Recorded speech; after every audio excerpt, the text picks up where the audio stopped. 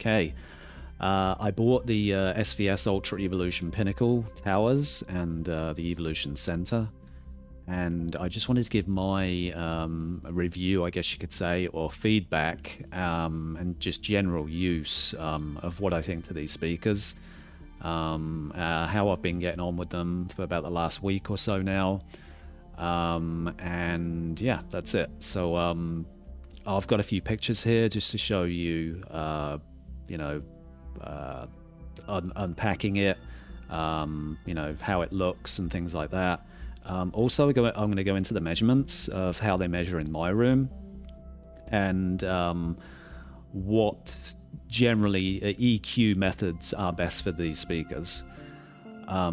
So let's get going. Yeah, this is my garage. They got delivered on a pallet, and yeah, so I just took a picture of them when they arrived, and yeah, really nice box-in packaging and everything like that. My only complaint is really styrofoam. It's just not good. Like, it makes so much mess, and I just don't think it's a good idea. I mean, it might be cheaper than, I'm not sure what the other stuff's called, the foam that they use, but it's nowhere near as messy. So for me, packaging-wise, I think it was packed excellently. Like, there was no chance of these speakers getting damaged. Like, it would be extremely rare. It was so well packaged. But styrofoam, I mean, that's, I don't know. I don't know anything about packing or anything like that at this level, at least. And maybe it is a lot more expensive, but I think it would be nice to not see styrofoam. You know, just even for environmental reasons, you know, using this, let alone the mess, you know. So, but again, yeah, packaged very nicely apart from that. And yeah, so this is what they look like together. And I didn't realize there was such a large speaker, to be honest. That's the thing. I tend to like buy stuff generally just kind of looking at specs and things like that, but you never really know how big something is until you get it in your room. I had the same thing with my subs. When I bought my subs, I was like, whoa, these are actually really, really big. Especially when you're used to, like, you know, 10-inch or 12-inch subs and things like that, you know. It can be a little daunting when you first see the size of some of the gear you're actually buying. Yeah, so that's this is my old speaker, my ELAC Unify, and yeah, it really does tower that speaker. I have my Unifiers downstairs now, and it's a good speaker.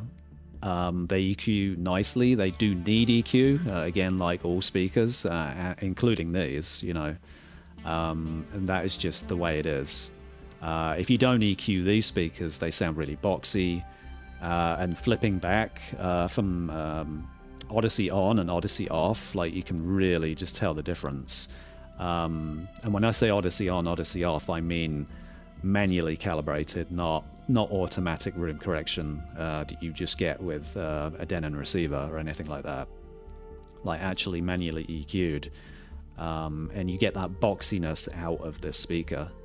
So, but yeah, I mean, it's a really good looking speaker. I don't know why my camera was so soft at this point. But yeah, I think it's a gorgeous looking speaker. And to be honest, this is one of the reasons why I actually bought it. Just because of its looks. You know, I had a feeling that, because I did see some measurements before I bought the speaker. Luckily enough, though, they are in the high end, and high end EQ is very easy to correct for. So that was, you know, plus the center channel could actually fit in my rack.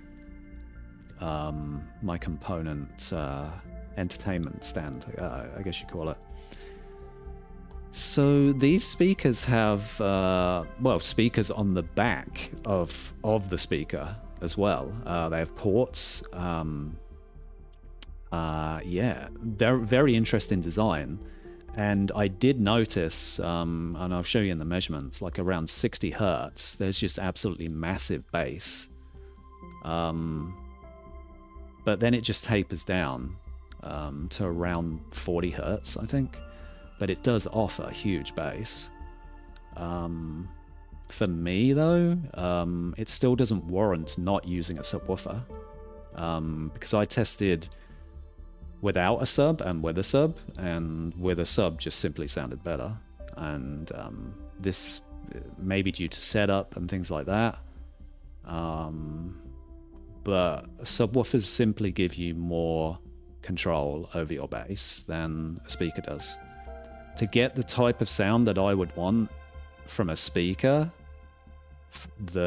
my subs make, I just don't know. Like, it's you don't have the, I don't have the control either, using Odyssey at least, that I get with my subs. My subs are EQ'd with the SHD mini DSP, and it just simply does not sound as good, right? Sure, they have a ton of bass, but at 60 hertz, the drop off is like 10 dB, I think. From there, maybe not 10, maybe 7. But I did a sweep, and the sweep you could hear massive bass, but then you just lose it. And it really, again, the same thing with the bass of speakers. They need to be EQ'd, right? So what actually is their performance when they're EQ'd? Like, forget this bursty boom bass that they get at 60 hertz. My old speakers, ELACs, had that as well. They peaked around 60 hertz in exactly the same way. Now, because there's sound coming out of the back of the speaker as well, I guess these woofers have been designed for a type of a non-directional bass. What I'm trying to say as well is, like, how does this actually affect timing, right? If this speaker here, this sub, is putting out bass, it doesn't have to be very high bass either, just bass around 80 hertz, right? 90 hertz, 110. And then there's bass coming out of here as well. They're located in different positions. That means the timing from the front to the back has to be different. I'm not sure what's going on inside for them to change that or augment that as well. I don't think this takes into account where the wall is behind the speaker. Bass, what sounds reflect off of walls, so like, how do they? I don't understand how they know timing of things like that. Like, that's gonna change. I'd like to ask them about that. Like, what's the whole thought process about having actual speakers and woofers on the back? Like, I think it would help as well with resonance and any extra bass. I'm not sure. I don't think these are passive radiators or anything like that, but it may help with airflow as well as the ports. But timing, timing, I'm not understanding this because unless there's actual delays on the front compared to the back. Now, you could say as well that, again, this is non-directional bass, but timing is still a thing in bass. So, again, I'm not really too how sure that affects that. Yeah, this does use double binding posts for biamping, but you can just connect this the normal way, which I did. I just connected to the top here in the black and the red. So, oh yeah, here it is. So, yeah, I just connected normally with the top ones as well. So, so that's the angle. It is a pretty crazy angle. And it is, I think, a gorgeous looking speaker. I really do. So, yeah, I got the black ash. Now, if I went to buy a speaker just based on looks, and I was not worried about like video in any way, then I would have probably bought the gloss, the black gloss. If I didn't want anything to match, then obviously the white. I think the white is a gorgeous looking speaker. And the gloss finishes do look better, in my opinion. But there is absolutely no way, like being extremely picky about video quality, that I'm going to have my TV in front, speakers to the left, and I'm getting reflections off of the speaker. There's no way. Like, I mean, I had to take a TV back one time, the G4, because of bezel reflections. So I was like, there's no way I'm buying anything that's going to reflect. It may not have been an issue, but I wasn't going to risk it. So I went with the oak. It's still a nice looking speaker. It matches my other speakers as well. It's fine. You know, when the lights are off anyway, it's kind of like it's not really a thing. So yeah, that's the center channel in place, and yeah, it fits nicely. It's actually slightly smaller than my previous speaker. Only just though. Like my previous speaker went right up to this gap. And I was using things here. This is slightly higher than this side. One of the reasons why I was actually using things underneath on top of the speaker to try and stop as much resonance as possible. Like in this entertainment rack or entertainment system, you can get resonance just in the unit itself. Plus the speaker as well. I don't think these speakers have resonance, but they do have ports on the back just in case, which is nice. The ports are actually not that big. They're actually quite small. So if you're in any rack system like this, it depends how loud you have sound. The louder you have sound, the more potential there is there for any type of resonances to come out. I didn't hear the speaker resonate at all though. And that's the thing with the left and the right channels as well. They don't resonate. But because the center speaker is in this, it can cause that to potentially resonate. And this morning actually I did plug these ports. I just want to hear how it sounds. Now plugging ports does reduce bass. So, but I'm finding, say, with the center channel that having a more deep bass, you know, for say male vocals and just voices in general, isn't something I'm chasing personally. Right? I prefer clarity out of a center channel, and if it could kill any small resonances, that's fine. But like I said, I've done sweeps with this, and I'm not hearing any resonances like I did with my old speakers, my old ELACs. You could maybe go, like, even I've heard resonances in my old ELACs at 65 dB. So it's like, it's really something to think about. Yeah, I wanted to show you this shot just as well, just to see the angle. The center speaker is actually angled. My last speaker wasn't, and it was just aiming essentially at my footrest. I'm not sure what this is called. Futon? I don't know. Somebody can tell me what that is. Ottoman, maybe it's called. So having this angled is far better as well for audio. We noticed right away that dialogue clarity is so much better just because of that angle. Now, because of that angle, there's obviously you have the bottom and the top of the speaker.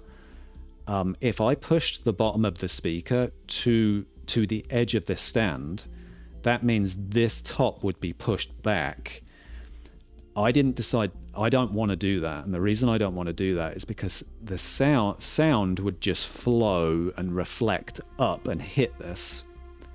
And I'm not doing that. So basically the last point of this angle going up here, I made sure this covered this essentially, so I'm not getting any reflections or anything like that.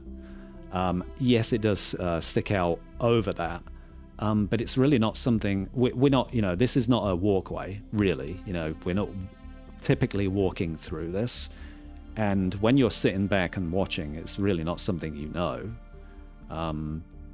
Now these, the speakers, the placements, my last speakers were level with this entertainment stand, but with these, I wanted to bring them further out as well, and the whole thought process there as well was like reflections, especially with these speakers having like a wide dispersion of sound.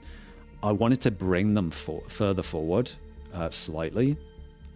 And essentially they actually measure up as well with my subs, which I was like, yeah, I think it looks better as well. So yeah, that's just some of the things I'm going through here. At this point though, I didn't plug the ports or anything like that, because I just wanted to see how things measured. I wanted to see how things sounded as well.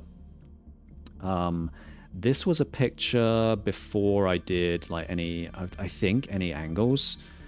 I listened to the speakers in various different ways. A lot of people were saying to angle these directly at the listener. I did that, and even with my old speakers, I didn't like it. I just with speakers being directly at you, I lose a sense of scale of sound when things are aiming at you and they're too direct. I just didn't like it. So I chose not to do it. I chose to do the same angles that I did on my old speakers, which is 15 degrees. Again, I don't think these pictures will show that, but I did 15 degrees. I listened to it for a bit, and I thought personally the sound sounded better. Now, I don't know if, and that's 15 degrees out, not in. So that's 15 degrees away from me. I use a laser measure, tape measure and everything to measure to a microphone. And the microphone on both speakers hits the same point all of the time, or every time. So for me personally, the reason I did that as well is because I know that I'm EQing these speakers, right? So I can achieve any particular tonality that I want to achieve, even if an uncalibrated system, yeah, sure, speakers facing directly at you potentially could sound better, right? That you may have a better response, but I know I'm EQing.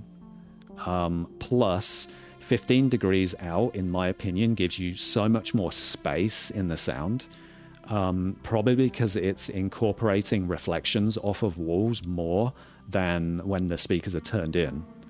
So, to me, again, even with my old speakers, 15 degrees just sounds so good. There's so much space and wideness in the sound. So if you're EQing it, I personally I advise that. All of my other speakers, my Atmos, surrounds and everything, they're all 15 degrees off axis. If I start pointing speakers directly at me, especially when they're behind me, I can't tell where sound is coming from. So that was really the whole thing with that.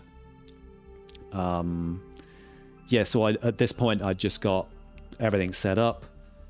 So I put Dune on, you know, just to see how it sounded. Instantly, dialogue is just insane compared to my old center, even after calibration as well. You could just tell there is so much clarity to voices. And that's, for me, so important from a center. The center speaker does not have to have, you know, these 8-inch drivers or anything like that. For me, center channel is so much more important to have clarity, especially for movies, right? That's the majority of the things that I watch. So clarity is hugely important. This is me. I think it was either the next day or the day after. I said I was going to wait like 100 hours on the. I posted it about on Twitter, and I was like, I'm going to wait 100 hours. But I was like, yeah, I can't wait 100 hours. And the reason I couldn't wait 100 hours is because the speakers to me sounded too. Just I use the words attack. There is too much attack on the speakers, and for me, what that means is when I listen to dance, drum and bass, and things like that with snares, heavy snares, and heavy use of snares, like tech music and things like that, it's just too, it's too aggressive. It's way too aggressive, and they have to be tamed.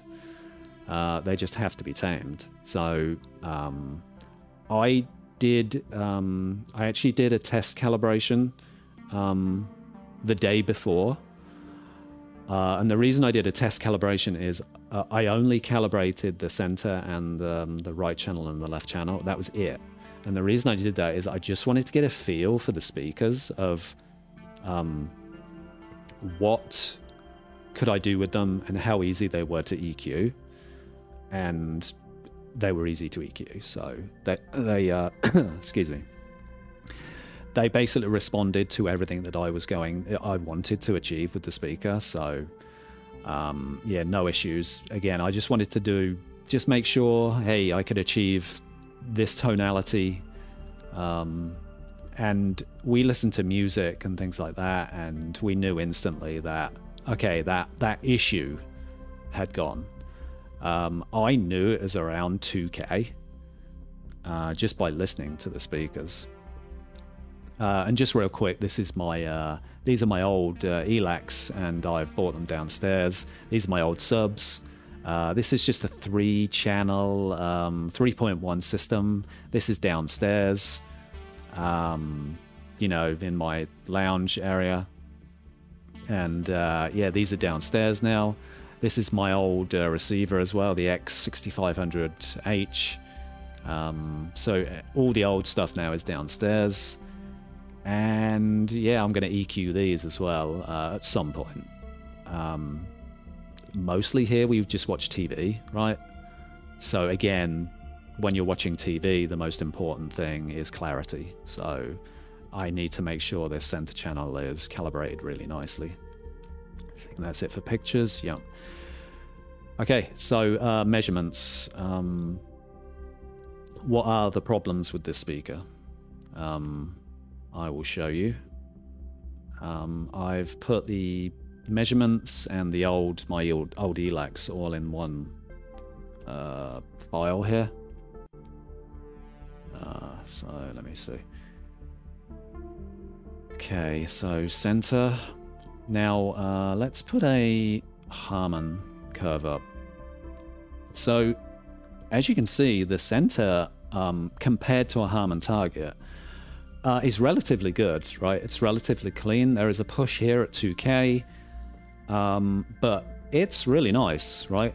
If anything, again, it's showing that this is higher than a Harman curve, which to me, you don't really want to go much higher than that, but the fact that it is higher means you can use negative EQ, which I do like to use negative EQ when I can, right? I mean, I guess in reality, it may not matter whether you're boosting or you're using negative EQ. It's just nice that, oh, great, we can just apply negative numbers here, right? You apply negative numbers and you get a great response. Now, this bass response here, I would not equate this to the actual speaker itself. Some of it may be. Some of it may be the actual speaker itself. Again, this is the center channel. But a lot of this is actually coming from the fact that it is inside a entertainment center, right? Plugging these ports would bring the bass probably below this point as well. And again, that's not necessarily a bad thing, right? I'm having debates about when do you plug your ports? Do you plug your ports after EQ, or do you plug your ports then EQ? I'm not really too sure, but it is definitely something to think about. So after EQ, let's turn it off. So yeah, after EQ, it's gorgeous, right? We're tracking to a Harman target very well.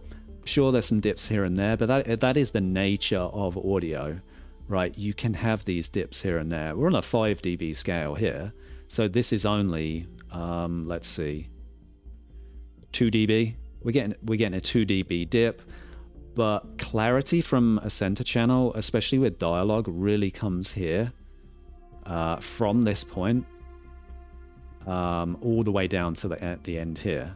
You get excellent dialogue clarity all here, and again, this is tracking really nicely towards our target. I did use a Harman target curve for this, for the center channel, and I think for all center channels, a Harman target curve is perfect because it provides absolutely gorgeous tonality, right? So compared to like EQ, compared to the speaker itself, it's really just correcting for potential bumps here.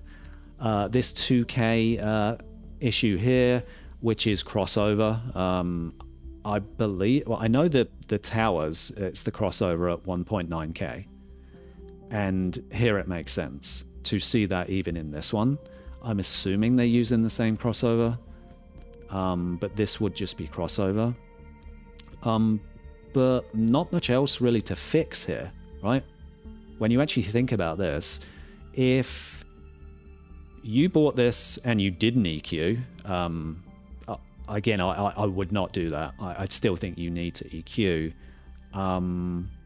The speaker, the center channel is a very good speaker, especially for dialogue. You do get this increase here. This is a dialogue zone.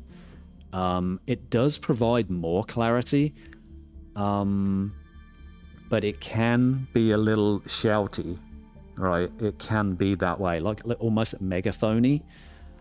This is a 3 dB increase, say off a Harman target, and you can hear that.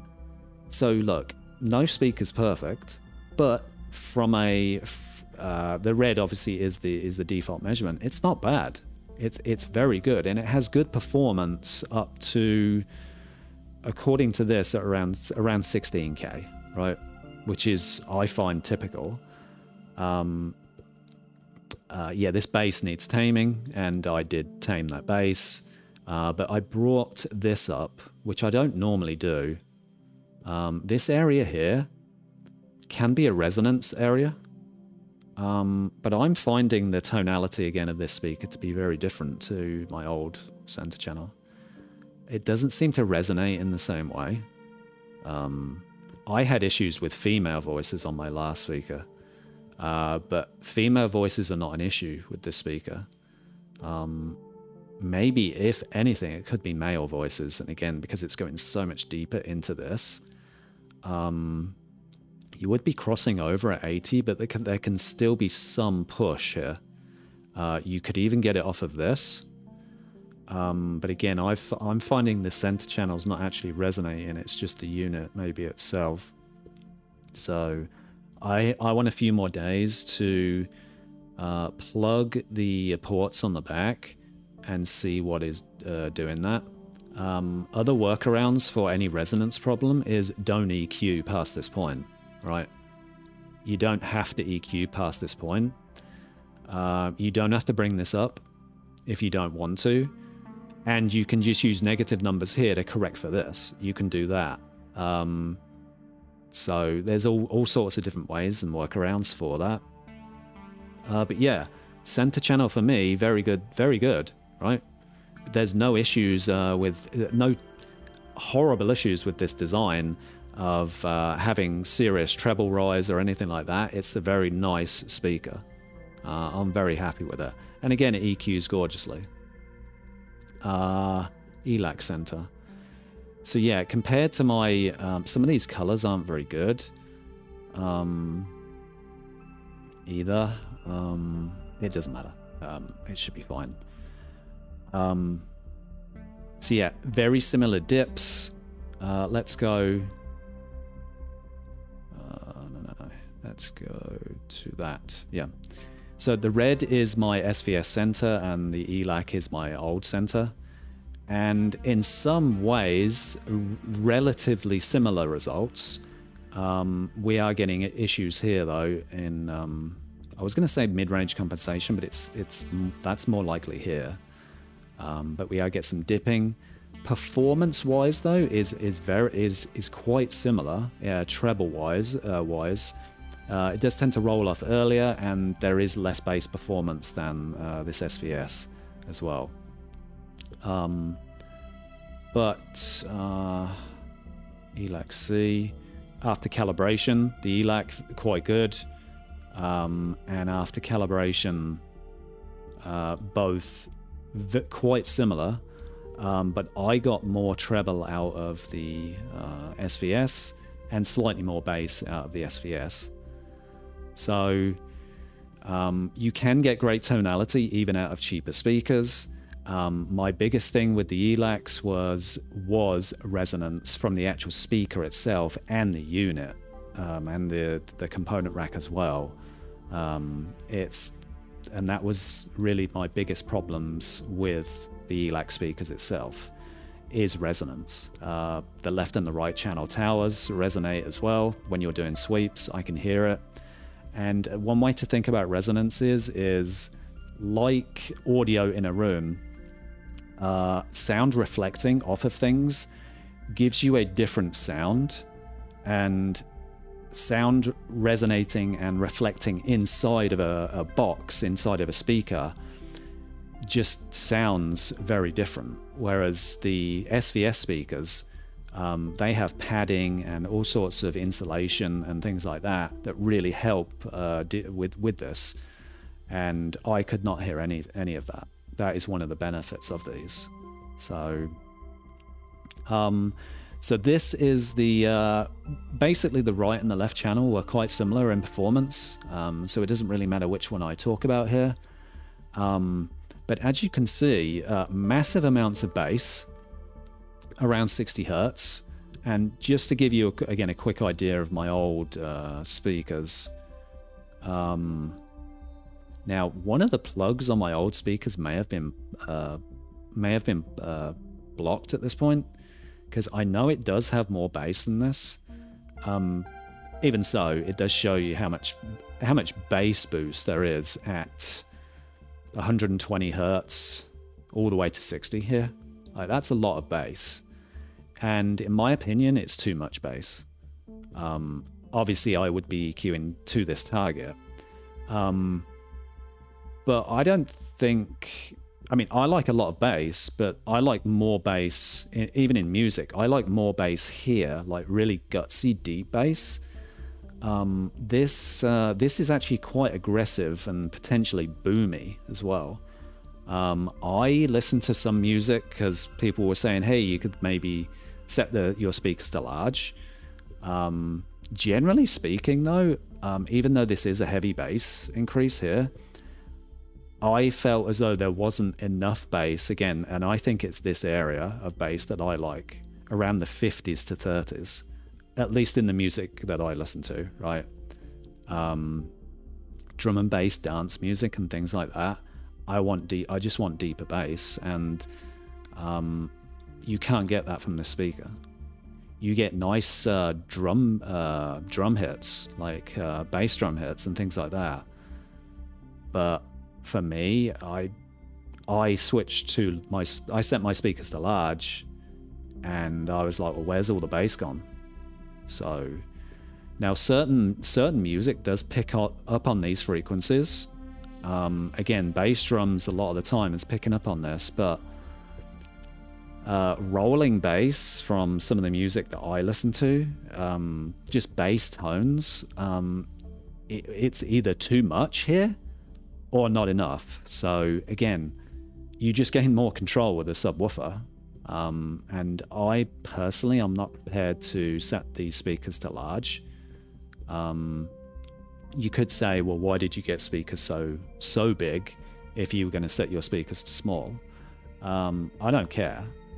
What I care about is what I can do with the speakers in my system, how they look, and I was at the stage in like purchasing gear where I was like, I'm not going to buy the middle speaker in the range of, say, SVS. I'm buying the best one that I can get, right? Whether I cross these over at 80 hertz or some other frequency, or I set them to large, is really dependent on the sound that you want and the sound that I want. I know the sound that I want, especially when I listen to two-channel music. In two-channel music, I want it crossed over to my subs. I want that bass, because my subs are far larger than the subs in the speakers. I know there is quite a few of the subs or bass drivers in the speaker, but there's just no way this bass sounds as good as my subs. So even after calibration, they're not as good. So yeah, great. We have bass up to here. But again, after EQ, after getting these things balanced and things like that, 80 hertz crossover again is the way to go, in my opinion. It just simply sounds better. Once you get distances, phase and things like that, once you get everything dialed in, and things are crossing over to your subs perfectly, or as well as you can achieve, right? It just, to me, sounds better. All right, that's the bass discussion out of the way. Just another thing, though, is there's a dip here, right?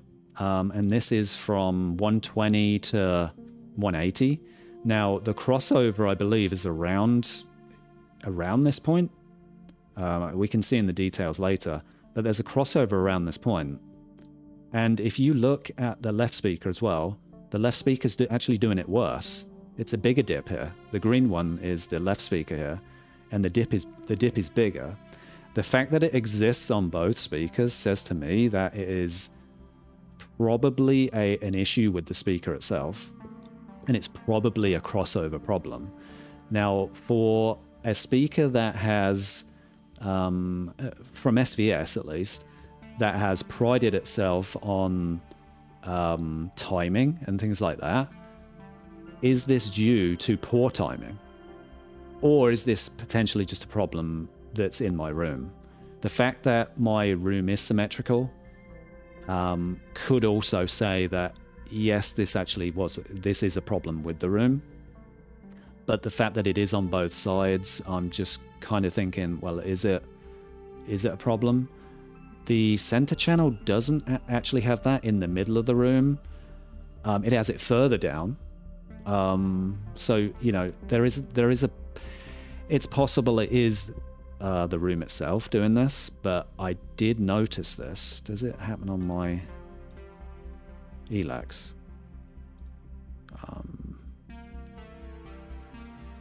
ELAC right. Not really. So again, I don't know if this is a crossover thing.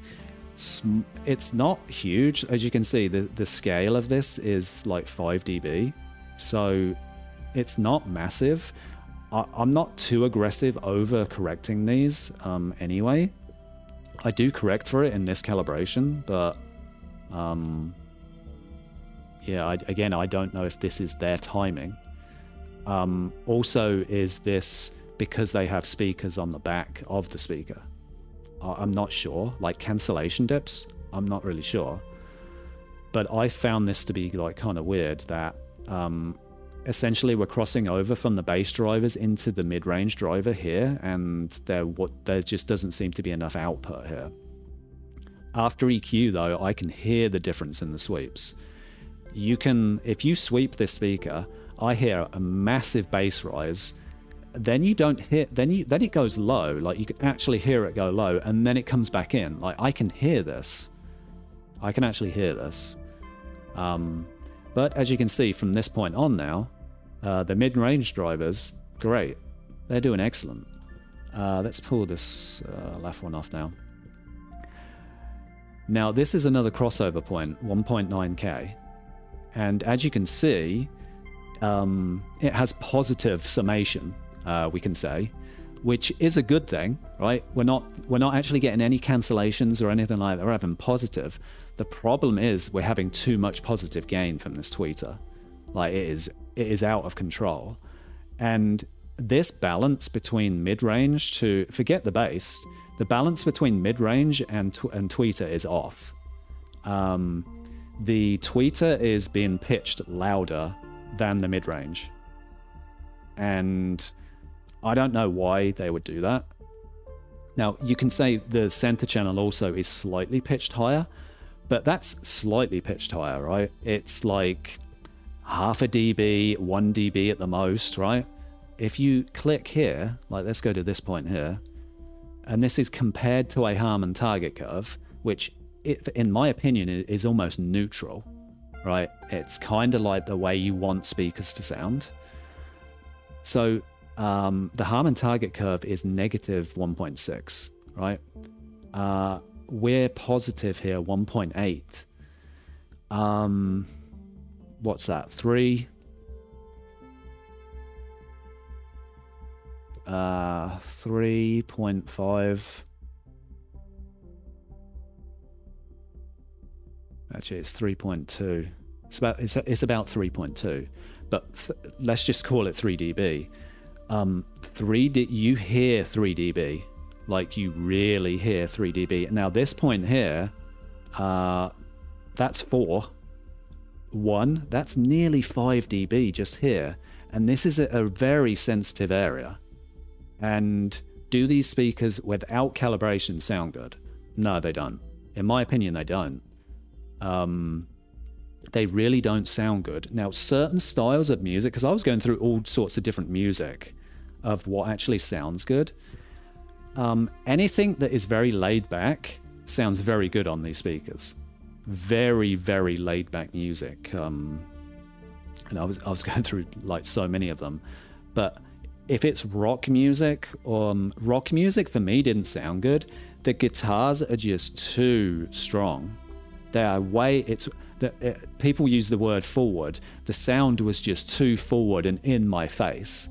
I personally couldn't listen to it for long, and yeah, I just could not listen to it for long. This is why I did a test calibration, because I wanted to know if I could actually fix these problems, right? And you can, right? I just tamed all of this with EQ. So let's look at how they EQ'd. SVS R. I would take that off.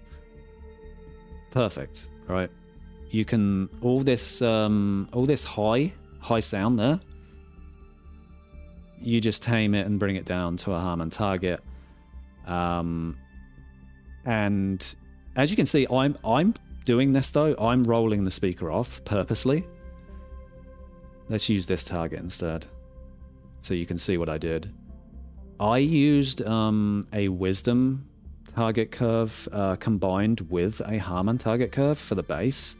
So I kept the bass, but there is a slight dip here at around 4K to make sound smoother, and there is also a roll-off here. That was the first EQ I did. The reason I did this was to counter this problem, right? This raised 1.9K raised issue here. I mean, you could say it raises here earlier. 1.6K. It's to combat this. I listened to this though after calibration, and it was too aggressive. I was like, really? It's now too soft.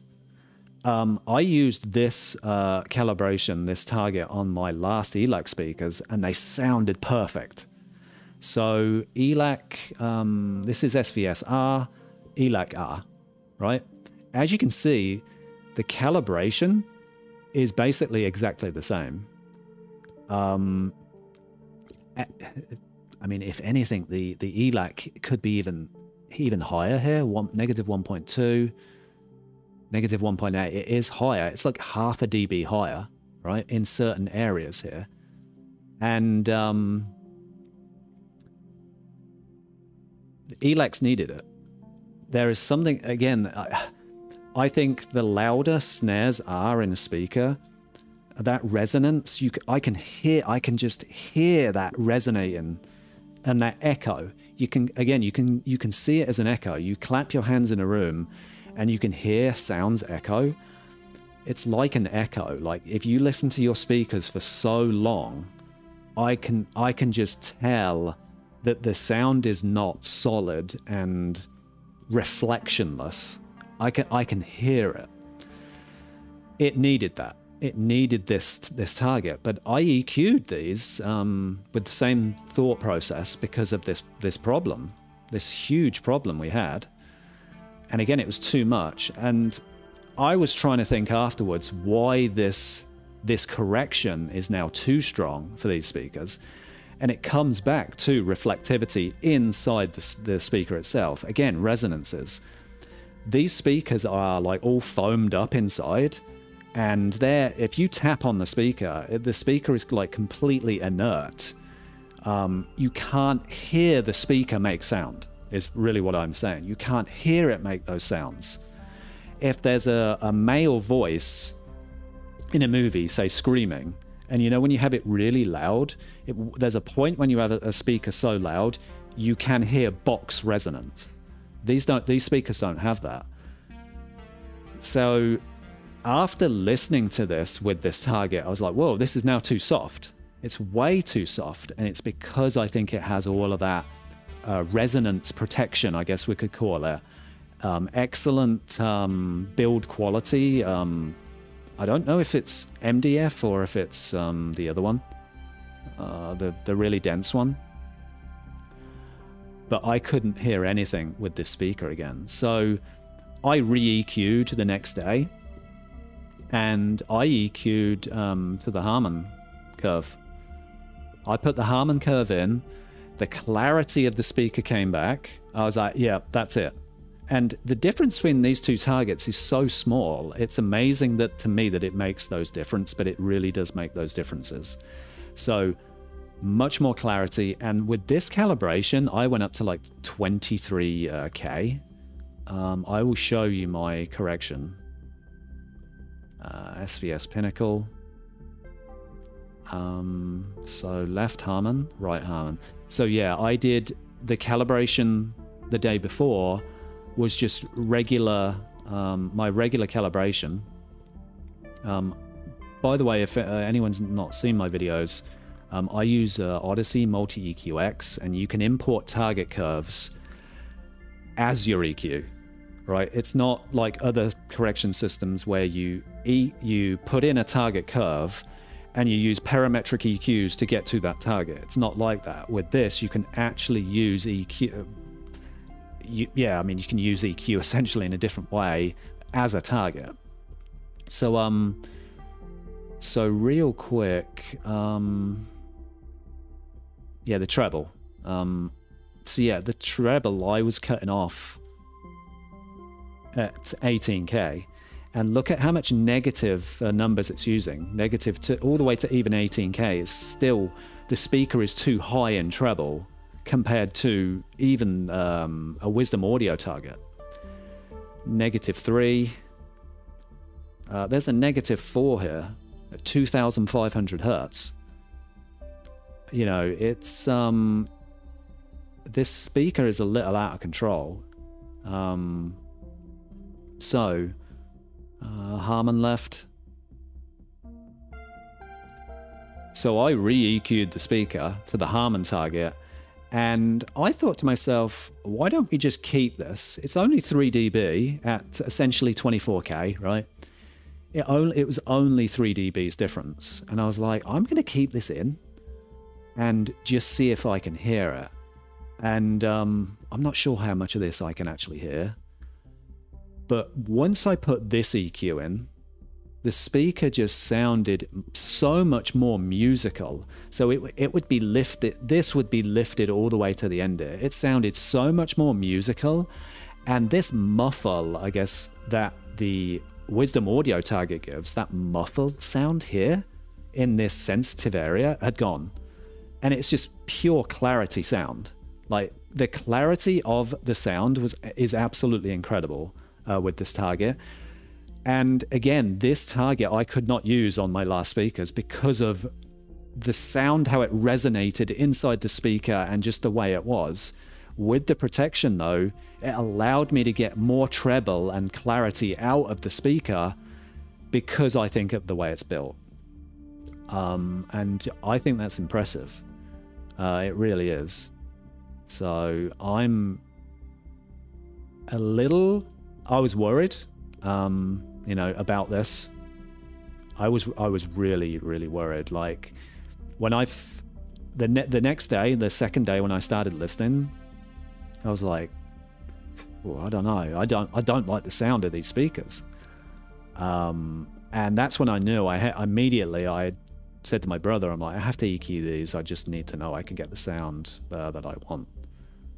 And you can. So, you know. Now, while I am here, I like to do my long videos, as you know. So, if you don't use room, I'm just going to say for now, room correction like Odyssey, Dirac, and Wipeout and things like that, is it the end of the world? If you cannot apply any EQ or graphic EQ or tone control, no, if you couldn't even do anything, I don't advise getting these speakers at all, because they're not a neutral sounding speaker in the way that they're designed. However, most Denon are pretty much one of the most popular receivers people buy for good reason. And they have a 9-band graphic EQ on there, right? So let me just see if I'm on the right one. Right, so I'm just going to take the left speaker, for instance, right? The left speaker, we'll go to EQ, and let's put this on generic instead. Generic. Okay. Yeah, let's do that. We had 0 dB. Yeah. Light. Sorry, I'm just sending this up. So 20K. All right. I need a target. Where is it? Harman Wisdom target. Oh no. Harman target curve. Let's put that in. 0 dB, roughly. 0? Is it showing? No. Alright, so you can't use room correction, right? The room correction software out there, you're like, look, I'm not paying $200 for room correction, right? Okay. But again, these speakers do need some type of EQ control on them. Can they be tamed? Let's see. So what you can do here is, let's load 9-band graphic EQ. So this is like just the graphic equalizer settings for Marantz and Denon receivers. I got this from OCA, which is Obsessive Compulsive Audiophile on YouTube. I will try and link his channel in the description, because I saw that, you know, I wanted to know what you could do with the graphic EQ, and I had to look through a load of his videos to try and find this, because I was like, I remember seeing something on Graphic EQ, but I found it. But yeah, I will try and leave a link in his description, in the description, because he does great work. But basically, I found out what all the Graphic EQ numbers and values were. It is 1.414 Q, and what you can do here is you can, instead of doing this, what you would normally do in REW is match response to target, you can optimize gains. Now, what optimize gains does is it should only apply, it shouldn't change any of these values, right? It should only optimize the gains for the values that we have. So, where is predicted? Okay. All right. Just checking things. So yeah, so basically, yeah, what can we do with this speaker if we just have a Graphic EQ like this? So press optimize gains. And yeah, I don't want these filters on. Okay, let's just take this off now. So with a Graphic EQ, you can do this, right? So this is the original response. I know it's green. Massive bass, we take care of the massive bass, right? These issues of rising crossover to the tweeter issues, you can tame all of this, even with Graphic EQ. This does not sound bad. I listened to it. I did it the day before as well, because I wanted to know, is it the end of the world for these speakers having this mid-range raise issue and making things just sound way too in your face? So yeah, you can do this. You can do this with a 9-band Graphic EQ, and this doesn't sound bad. This sounds really good, by the way. Like, this sounds good. It's just my other EQ, you can just do things in a finer way. So if anybody wants this and you had these speakers and you didn't have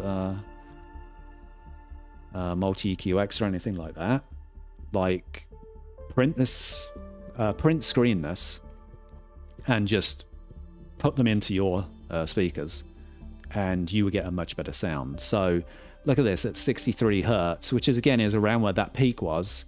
It's having to lower the bass by -9, right? There's some positives here. That's in that issue. That would have been here in this issue, but it's not really taking care of that. Yeah, it's not. It really can't do much about that. And again, because we are limited in the 9 bands of where they are, you can't move them. Is it Pioneer or Yamaha where you can move them? I think you've got 7. I'm not sure which receiver that is. I think you have 7 bands, but you can move them anywhere. Again, it's not going to be as good EQ as what I'm using, because I have an entire target curve to control the speaker. But you can get very close by just having very limited resources here. Again, look, I'm around the mid-range here. We're doing okay, right? Half a dB, 1.2 dB, 1.1 dB. Now, something to think about as well on receivers is you can only, on most of them, I think, you can only increase by 0.5, -0.5, +1, +1.5. You can only go in 0.5 increments. So you would have to round these. Like, if it's -7.9, then it's -8, right? 3.5 would be perfect. This would be a 0.5. This would be a -1, because we are not, if we'd have reached 3, then it would have been a 1.5. You've just got to round these. But as you can see, around 2K is where our errors are coming. Or not errors, just, that's what I call them. But the problems. And all the way down the line till about 8K here, right? We're kind of just having these problems. So 2 dB, 2.5 dB, 3.5 dB roughly, right? You're having issues here. Some control here at 16K, but not much. So if you don't have access to this type of room correction, or you know, advanced room correction, these EQ filters can do this and change the speaker's sound for the better. It really can. You gain a much smoother sound here. It doesn't fix everything, right? It doesn't fix everything, but it does a pretty good job, right? It really does. So yeah, that's kind of like the different ways you can EQ and things like that, and just get around this. So there's ways. Now here's another thing to think about. I don't know the values of bass and treble tone control. So, but if treble tone control is from 1K, I'm just gonna assume, I'm hoping actually, it could be from 2K, but just, you know, just even on a Denon receiver, Marantz receiver, right? You have bass and treble tone control. I wonder if lowering the treble here by about 3.5 dB would also fix this. The bass, because the bass is so controlled over a large area with a bass tone control, it might just be too much for this to actually lower. You might want to leave it, but you could still probably, you might even be able to lower that as well, just by a little, and correct for this. But I think this could be fixed with tone control on a Denon receiver by about 3.5 dB, just across the board. Again, it just depends where the tone control starts. All right. So I just want to show you the specs of the speaker. So this is the SVS website. So it's $2,500 each, these speakers. For me, this type of price is my end game, right? There's all sorts of end game systems of, well, what is end game? 5,000, 10,000, 15,000, you know. This to me is around my pricing where I'm like, okay, I've reached end game, you know, for my surround sound system. This is for my room size, for looks, for sound. This is it. Now you could say, well, you could have bought a speaker that measured better. It's true, but again, I'll say at this price point, so $5,000, you're not going to use EQ or room correction. I just don't think, I cannot see it. That people that bought these speakers are not aware of Odyssey, Dirac, and the other room correction systems, right?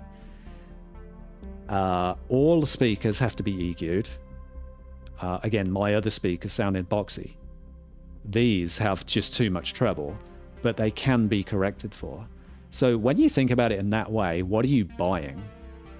Well, you're buying not so much directivity, but how wide a sound is. These speakers have really good dispersion of sound, and that was one of the reasons I was attracted to the speaker. I think in Aaron's video, he said, I think they're at 50 degrees dispersion, and that is far greater than, you know, the speakers I have. And the whole point of that is so there's more evenness after an EQ where people are hearing very similar sounds, right? That is really what I wanted. I wanted a speaker that looked good. I think it looks excellent. And I wanted a speaker that did not resonate at all. And these speakers don't. And I've actually had to adjust my EQ from a dip and a roll-off to now just a straight flat Harman target, and the speaker sounds absolutely incredible, right? It has great treble, and it's not overbearing on my ears anymore, right? It's just not. So when again, spending this money, you're going to EQ these speakers. So I'm not bothered about the response, right? I'm not bothered that this is raised at all. Now, do I think it's a design problem? Yes. So look at this. If you go to the specs on this website, it says here, a lot of speaker manufacturers do this, and it is within plus minus 3 dB of what it is. They say it goes down to 24 hertz, right, and 40 kilohertz.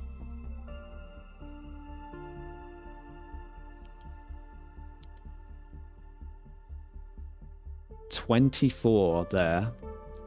I'm just thinking about where it is from a Harman target curve. So a Harman target curve would be 6.9, and this is 1.9, right? So for me, we're not... Now, they may measure in an average way, right? I'm sure they do, because, look, this is further down. So this is at 1.9 dB, a negative 1.9, and so is the mid-range. So yes, it is negative 3 dB either way, because of the way they've balanced the speaker, right? So they've had to raise the bass by this much to push this up so it rolls off in a particular way to give you this. If you could actually look at this on the 0 dB line, actually, and see where you're actually really at. So why did they do this with the crossover to the tweeter, which is essentially handling a lot of mid-range information as well? This says it's 40 kilohertz.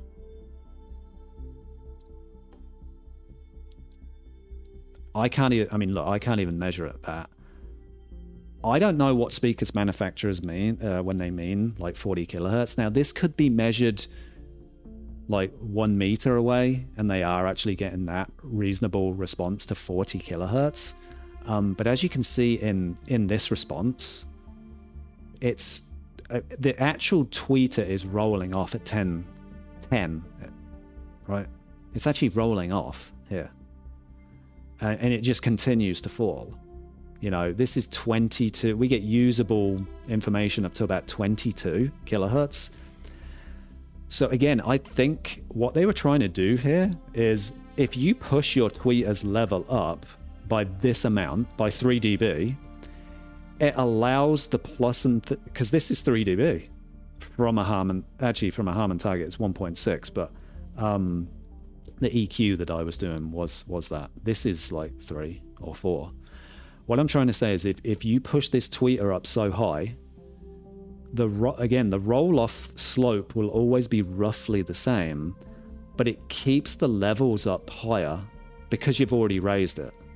And within this 3 dB region. From what I saw, let's look at this one. From what I see here, you get reasonable response up to, I would say 20K, right?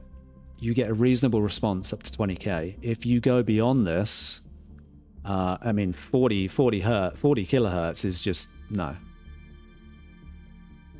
Probably, though, again, in a room, when you're in a room, the first thing to roll off quicker than anything else before bass, before mid-range, is the tweeter. So yeah, this is a room measurement versus an anechoic measurement. You have that to consider. But whenever a speaker manufacturer puts 40 kilohertz, to me, it's just meaningless, right? I just want to know what it measures in a room. And these, the tweeters are simply better than my last speakers. You get more clarity, more definition out of them, and they just go up further. I, again, EQ'd to 24K or 23K here, and it did only need 3 dB. I wanted to see what it sounded like. The speaker sounds absolutely incredible like this. So, yeah. Let me just see the center channel. Is it still 40 kilohertz? Specs. 40 to 40. I mean, I don't know. I mean, well, again, if you do look at it from a balance point of view, I guess, yes, you are getting usable frequency that low. But this center speaker, I would never recommend using it large, and I don't even recommend the towers going to large. If there's a sound of bass that you like and you can only get it with a subwoofer, like me, specifically for 2-channel music, then, you know, I'm not using these set to large. So yeah, I think that's everything I wanted to talk about with the speaker. I recommend them with the caveat of the speaker requires EQ.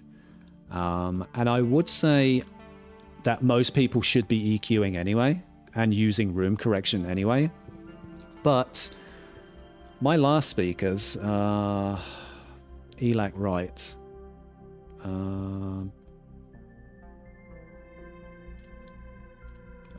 Sorry. Like when you look at this, the response of this speaker, right? My old speakers, do they need EQ? Yeah, they need EQ.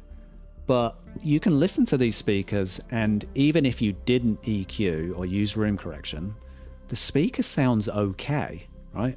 It's a fine speaker. They put a treble rise in at 10K. I know why they did this, because Andrew Jones, I know why he did this. It gives the speaker more musicality, right? I've actually been thinking about editing my target curves to just have a slight bump here as well. Yeah, just to, because it does provide that, this isn't harsh treble. Harshness for me comes in this area, and this is why you really need to tame this.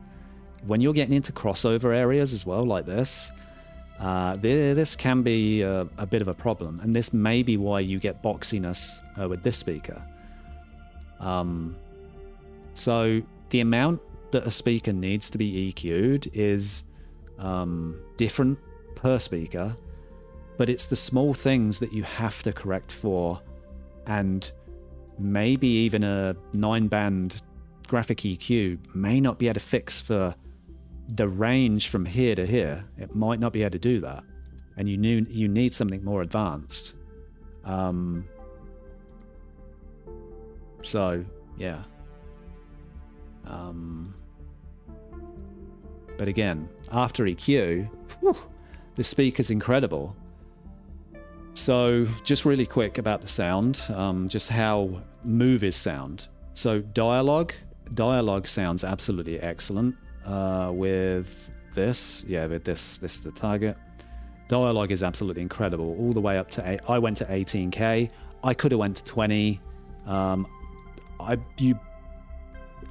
I felt that if you can see here how the center is dropping off, I feel as though it may have been too aggressive to go for like I did with the towers at 24K.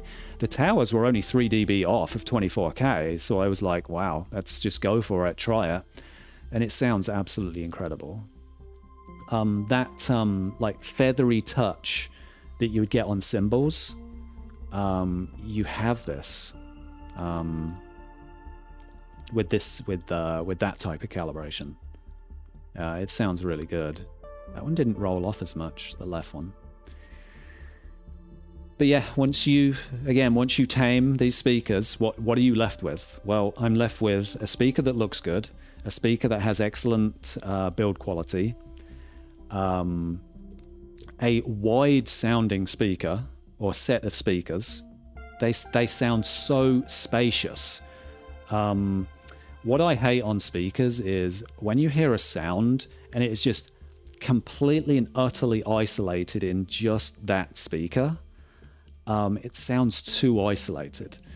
These speakers just have a wideness to the sound. And it probably is because of the 15 degrees angle that I applied, but they sound so good and spacious after this calibration now. They just sound excellent. And the power, right? having a speaker in this price range at $5,000, there is zero resonance at loud volumes. There's zero distortion. Because I am crossing them over at 80 hertz, they are incredibly easy to drive on my Denon A1H flagship receiver from Denon. It's a breeze. Oh, that's it. I just remembered. These speakers measure 3 to 4 dB louder than my old ELAC speakers. So they are much more sensitive. I think they're 89 dB sensitivity. 87. That's the center. These are 88. Yeah, the Pinnacles. And I did notice that the Pinnacles are louder than the center speaker.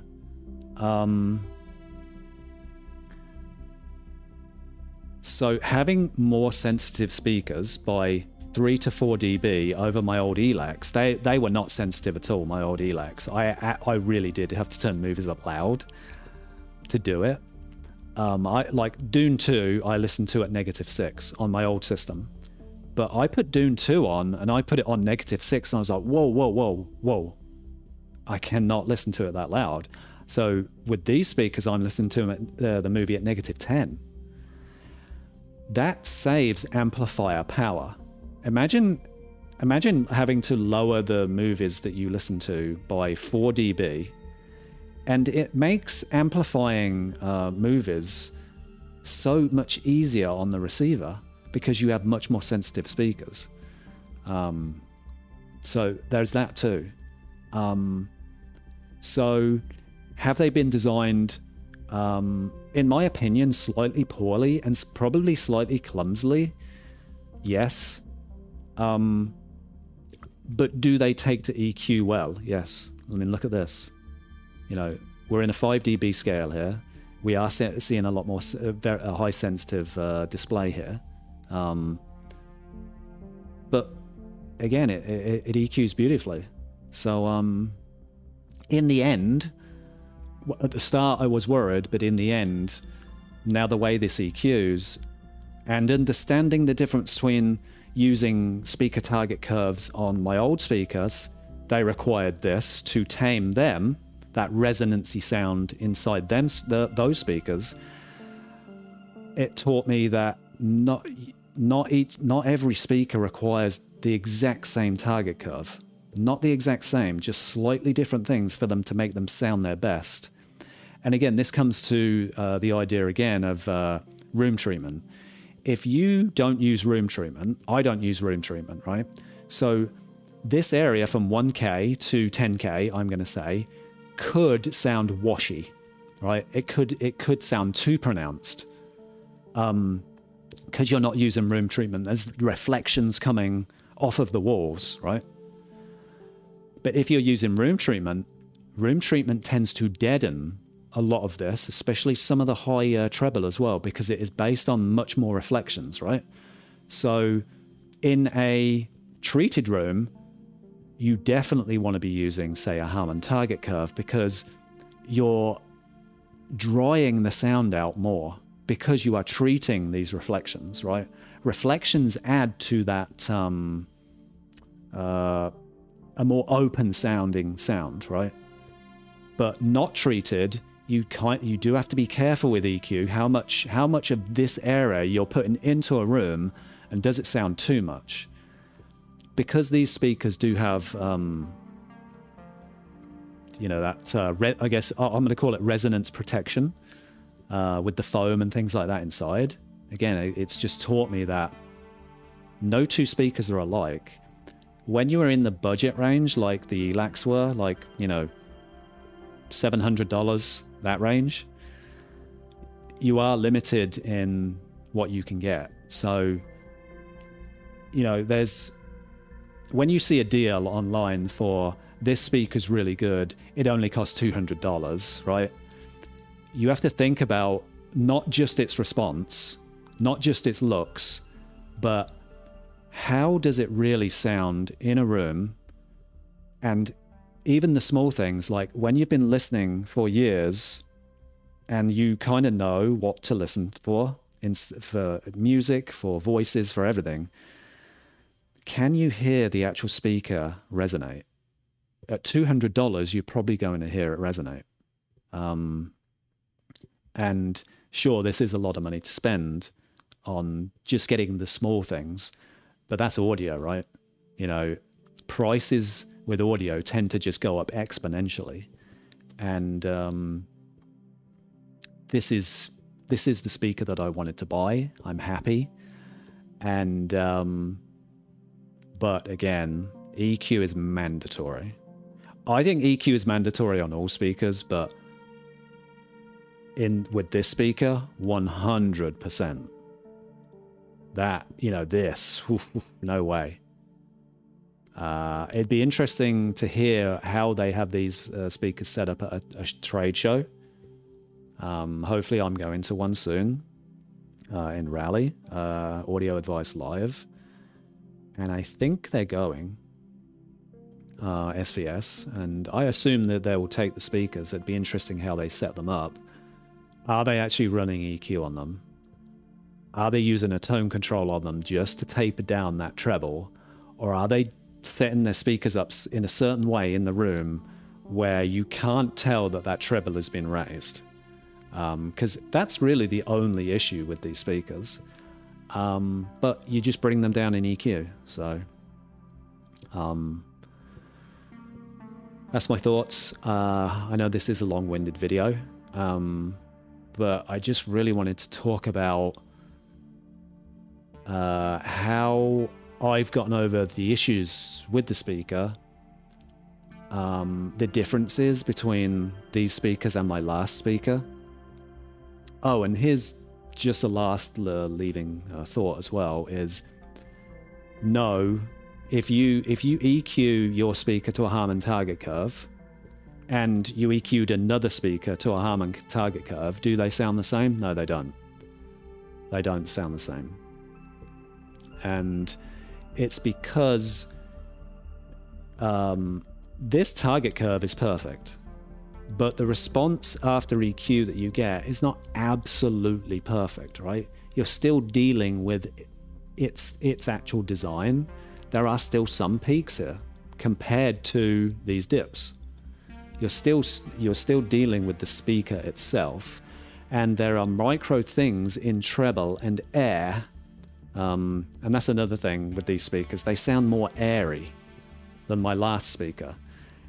But they're EQ'd to the same target, or at least they were, right? They were EQ'd to the same target. And one speaker sounded drier than the other. And I was like, whoa, I have to now use this target instead. So, not every speaker reacts the same to the same target curves. They do sound different. 5,000 different to 800 different. Yeah, sure, it's a lot. But it depends what you're looking for. I'm not a person that looks at value in that way anymore. For me, it's what do I want to buy and what do I want to get. I don't have an endless supply of money or anything like that. And compared to some people's systems, $5,000 is cheap compared to like ultra high-end systems. But for me, this was my price range. I went in buying kind of knowing that I could EQ, or at least try to EQ anything out. And it's actually taught me some things along the way as well about how different speakers sound different, even under the same targets and things like that. So, yeah, that's my thoughts on the speaker. Again, recommended if you're using EQ and root correction, which I think you should be. And the reason I say that is because Room EQ and these types of software like Multi-EQX here are just readily available now, right? It's not like back in the old days where you had to string 8 mini DSPs together and use analog outs and try and EQ. We're not in that world anymore. You don't have to do that. You can EQ relatively easy today, or you get somebody else to do it for you. right? It's yeah, so I am waffling and just talking things now, so yeah, I'll end the video here. But in the end, I do recommend the speaker, but it does require EQ. So yeah, that's my thoughts. Yeah, hope you enjoyed the video. I know it's a long one, but yeah. Let me know what you think. Are you going to buy the speakers? Are you interested in buying the speakers? Did you see the results of people's videos online thinking, well, now I may not buy the speakers because they're too bright or they're not balanced in a certain way? What are your opinions? And yeah, but thanks for watching the video, and have a good one.